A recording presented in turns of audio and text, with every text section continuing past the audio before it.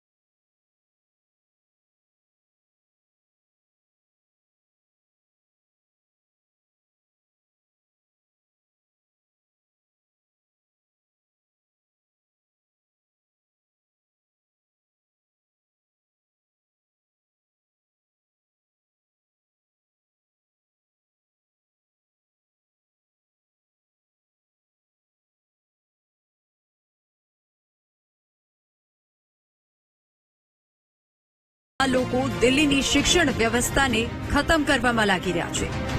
જો કે ટ્વીટ કરવામાં માહેર આ નેતાઓએ જે ફોટો શેર કર્યો કદાચ તેની ખરાઈ નથી કરી લાગતી, ત્યારે જ તો આવા બફાટ કરે છે, કારણ કે 2025માં હજુ બોર્ડની પરીક્ષાનું પરિણામ નથી આવ્યું। ટ્વીટમાં દર્શાવેલ આંકડા 2023ના પરિણામના છે, એટલે કે જૂના આંકડા પોસ્ટ કરીને અખિલેશ અને કેજરીવાલે ગુજરાતના શિક્ષણને બદનામ કરવાનો પ્રયાસ કર્યો છે, પરંતુ તેની આ પોલ ખુલ્લી પડી ગઈ છે। ભાજપે તેનો વળતો જવાબ આપ્યો છે। એક મોરે મૂર્ખામી કરે અને બીજો એ મૂર્ખામીને આગળ વધારે અપરિપક્વ રાજકારણી તરીકે પંકાયેલા અખિલેશ યાદવ, જેમને પોતાના પિતાની વારસીમાં રાજકારણ મળ્યું છે, પોતાની પરિપક્વતાના આધારે કે પોતાની કેલિબરના આધારે રાજકારણ નથી મળ્યું, એવા અખિલેશ યાદવ 2023ની એક છાપાના કટિંગને લઈ અને ગુજરાતનું મૂલ્યાંકન જો કરતા હોય તો એ તદ્દન ખોટી વાત છે। અને આદરણીય હર્ષભાઈ સંઘવીએ પણ કહ્યું કે 2023ની અંદર જે શાળાઓ હતી એના કરતાં 2024માં એનું પરિણામ સારું આવ્યું અને 2025નું તો હજી પરિણામ જ નથી આવ્યું, ત્યારે 2025ના પરિણામને 2023ના પરિપ્રેક્ષ્યમાં લઈ અને ખોટી રીતે પોસ્ટ કરી અને ફેક ન્યૂઝ ચલાવવા, ફેક ન્યૂઝના આધારે ગુજરાતને બદનામ કરવું, અને આવા જ પરિસ્થિતિમાં કેજરીવાલ એનો વઘાર લેવા માટે આવી જાય છે અને કેજરીવાલ આવી જ ફેક ન્યૂઝને આગળ વધારે છે અને ગુજરાતમાં કેજરીવાલના જે એમના જે અનુયાયીઓ છે એ કેજરીવાલ બોલ્યા એટલે ભગવાન બોલ્યા એમ કહીને આવા ફેક ન્યૂઝને એને પ્રોત્સાહન આપે છે। માટે મારે ત્રણે જણાને કહેવું, ગુજરાતના કેજરીવાલના અનુયાયીઓને, કેજરીવાલજીને અને અખિલેશ યાદવને કે રાજકીય પરિપક્વતા પહેલા કેળવો અને પછી કોઈ પણ પ્રકારના નિવેદનો। જો કે બીજી તરફ રાજ્યમાં શિક્ષણની સ્થિતિને લઈને કોંગ્રેસે પણ સરકાર સામે સવાલો ઉઠાવ્યા છે। ગુજરાતમાં 10મા પછી 10 વિદ્યાર્થીમાંથી 7 વિદ્યાર્થીઓને અભ્યાસ છોડી દેવા માટે મજબૂર બને છે, એટલે કે 11મું 12મું માત્ર 3 વિદ્યાર્થી કરી શકે છે। ગુજરાતમાં 14,162 શાળાઓ એવી છે કે એક વર્ગખંડમાં એક કરતા વધુ ધોરણના વિદ્યાર્થીઓને અભ્યાસ કરવાની ફરજ પડી રહી છે।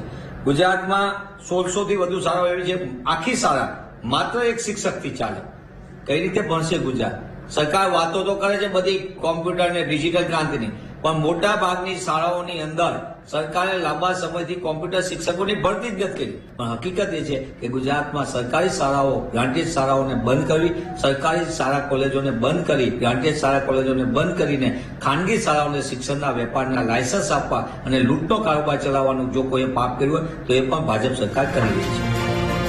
અખિલેશ અને કેજરીવાલને પારકી સલાહો આપવાની જરૂર નથી કે ન તો કોંગ્રેસને આપવાની જરૂર છે, કારણ કે તેમના રાજમાં શિક્ષણની કેવી હાલત હતી તે પણ સૌ કોઈ જાણે છે। વિપક્ષના નેતાઓએ પારકી સલાહ આપવા કરતા પોતાના ઘરમાં શું ખામીઓ છે તે શોધવી જોઈએ, જેથી જનતાએ જાકારો કેમ આપ્યો હતો તે જાણી શકાય।